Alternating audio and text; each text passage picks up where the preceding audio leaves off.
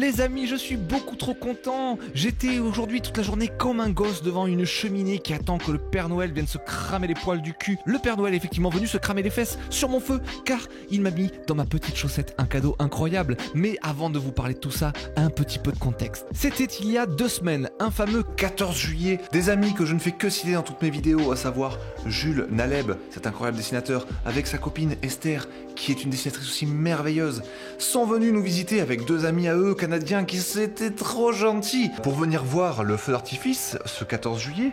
Parce que vous savez maintenant que j'ai une fenêtre qui donne accès à une tour Eiffel pas dégueulasse. Donc ils sont venus nous voir à la maison et on a parlé de filtre Instagram. Oh, j'ai dit Instagram comme les vieux, c'est terrible. On a parlé de filtre Instagram et on s'était dit que c'était quand même carrément trop cool, que c'était hyper marrant, qu'on adorait ça, que ça avait l'air vraiment trop intéressant à faire.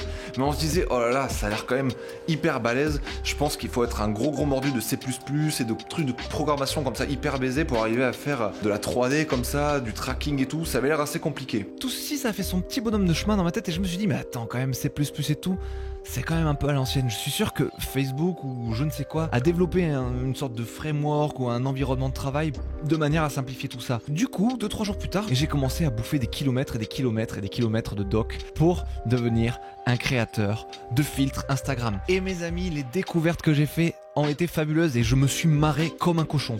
Aujourd'hui, je vous propose un petit bilan sur ces 2 semaines justement à expérimenter tout ça pour voir ce qui est possible de faire, ce qui n'est pas possible de faire, pour voir où j'en suis tout simplement et puis peut-être vous présenter un petit peu ce que j'ai en tête et les filtres que je vous mettrai bientôt à disposition. Ou pas. Mais avant de commencer, je ne peux pas passer à la suite de cette vidéo sans vous parler de mon sponsor Wasabi Peas qui sponsorise mes vidéos depuis maintenant 2 vidéos. C'est une petite boîte de cacahuètes enrobées de wasabi qui sont vraiment pas bon du tout quand vous l'ouvrez et que vous sentez à pleine narine comme ça, mais qu'après quand vous prenez des petites croques comme ça, c'est délicieux, c'est délicieux.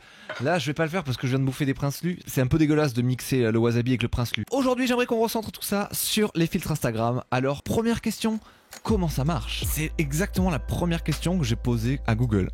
Creating own AR filter. AR for Augmented Reality. C'est exactement le premier article sur lequel je suis tombé.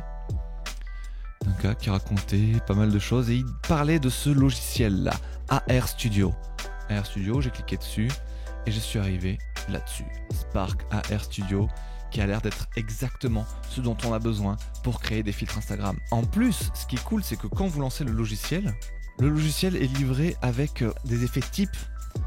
Et donc vous avez que à ouvrir le projet comme ça pour voir comment ils ont fabriqué le truc et vous pouvez disséquer ça et puis adapter un petit peu l'exemple qu'ils ont fait pour votre propre effet. Et c'est comme ça qu'on apprend énormément de choses. Et moi c'est comme ça qu'au bout de 1 heure à peine, j'ai pu faire le premier effet que j'avais en tête. Bon, il n'est pas du tout abouti, mais j'étais beaucoup trop heureux, j'avais pas besoin de plus au tout début de mon apprentissage pour me motiver à fond quoi. J'étais littéralement fou de joie parce que avant de commencer à réaliser cet effet, j'étais persuadé que ça me prendrait 1 à 2 semaines de code bien hardcore avant d'en arriver là quoi. Donc du coup, là pouvoir faire ça en 1 heure, c'était fou. Deuxième question que vous pouvez être amené à vous poser, est-ce vraiment nécessaire de savoir coder pour faire des filtres? Eh bien, pas du tout, et c'est là que c'est formidable. La seule compétence que vous avez éventuellement besoin d'avoir dans votre arbre de compétences, c'est les logiciels 3D, parce qu'effectivement, pour faire des filtres, il y a un peu, voire beaucoup, de notions de 3D qui rentrent en jeu. Donc savoir piloter un logiciel 3D, c'est un plus énorme, mais vous pouvez aussi l'apprendre sur le coup, hein. Moi, j'ai complètement appris sur le tas par rapport aux besoins que j'avais à un moment donné. Je me suis dit tiens, j'ai envie de faire tel truc, il faut que je puisse faire telle chose en 3D. Je vais télécharger un modèle tout fait et je vais essayer de bouger 2-3 trucs comme je le peux pour arriver à mes fins. Et petit à petit, comme ça, en modifiant des petits trucs à droite à gauche, vous apprenez à vous servir du logiciel 3D et vous arrivez petit à petit à faire des choses qui vous plaisent. Voilà, donc les compétences en code pour faire des filtres, vraiment, il n'y en a pas beaucoup. Le seul endroit où vous auriez éventuellement pu avoir besoin de compétences en code, c'est pour faire des réactions par rapport à votre visage, c'est-à-dire si vous ouvrez la bouche, faire telle action à la place et tout. Mais ça, pour ça, regardez, je vais vous montrer. Ça aurait pu être du code, mais en fait, Spark AR Studio a mis en place une interface hyper cool qui vous permet de réagir à tout plein de choses et d'événements. En gros, là, si vous ouvrez la bouche, si l'ouverture de la bouche est plus grande qu'une certaine valeur, alors vous faites apparaître un truc, vous faites apparaître un autre truc et tout. Vous voyez, il n'y a pas vraiment de programmation, tout se passe à partir de graphes comme ça, hyper bien foutus, qui vous permettent de déclencher des choses. Regardez, là je vais ouvrir la bouche. Ça, c'est une version un tout petit peu améliorée du tout premier filtre que j'ai commencé à développer. Je suis pas encore arrivé au bout de mes peines, mais ça avance quoi. Et donc ouais, regardez. Ou alors si je souris. Alors où j'en suis pour l'instant? Eh ben pour l'instant j'ai 3 ou 4 filtres finis dont je suis hyper fier, que je trouve vraiment trop drôle. J'ai mon tout premier filtre qui a été accepté et validé par Facebook, donc du coup je suis hyper content. C'est ça le Père Noël que j'attendais cet après-midi, c'était ma validation de mon premier filtre et il est passé. J'ai tendance à être un peu paranoïaque avec les validations des grands groupes comme ça, parce que par exemple avant j'essayais de mettre des applications en ligne sur l'Apple Store et laisse tomber comment c'est la galère, on vous refuse tout le temps pour n'importe quelle raison. C'est un enfer fini, n'importe quel développeur iOS pourra vous parler de ça, c'est zéro. Et là du coup j'étais un peu dans l'appréhension, je me disais oh ils vont me faire chier, ils vont refuser mon filtre et tout, mais non. Ce premier filtre a été publié très récemment et voici à quoi il ressemble. Regardez-moi la tête incroyable que ça me fait, les amis. Et ça, vous pouvez l'essayer vous-même maintenant. Je mets le lien de ce filtre dans la description. Vous pouvez l'utiliser en ce moment que sur Facebook, pas encore sur Instagram, parce que le problème sur Instagram, et c'est là que c'est un peu la douche froide, pour publier sur Instagram, il faut faire partie de la bêta fermée. Et pour faire partie de la bêta fermée, il faut s'inscrire et après il faut juste attendre. Tu sais pas si tu vas être pris ou pas.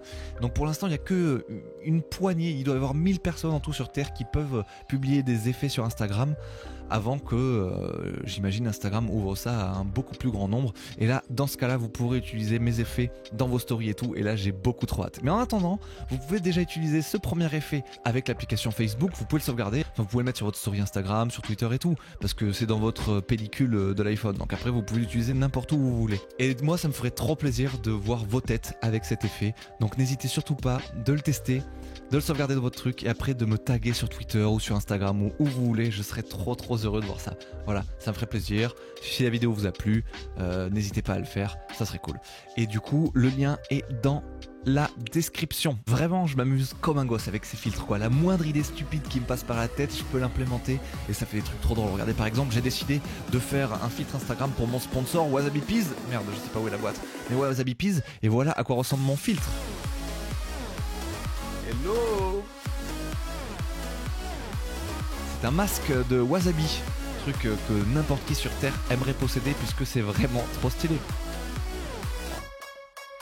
Bah, j'en ferai certainement des vidéos sur la création de filtres Instagram. Moi ça me passionne énormément, donc forcément je vous en reparlerai. Comme tout ce qui me passionne, je vous en parle. C'est un peu le propos de cette chaîne quand même. Si vous voulez pas manquer les autres et la suite de mes pérénigrations dans ce monde d'expérimentation incroyable, abonnez-vous et on fait grandir cette communauté que je trouve de plus en plus cool. J'ai de plus en plus d'échanges avec chacun d'entre vous, je trouve ça trop génial, ça me fait trop plaisir, un énorme bonheur ici.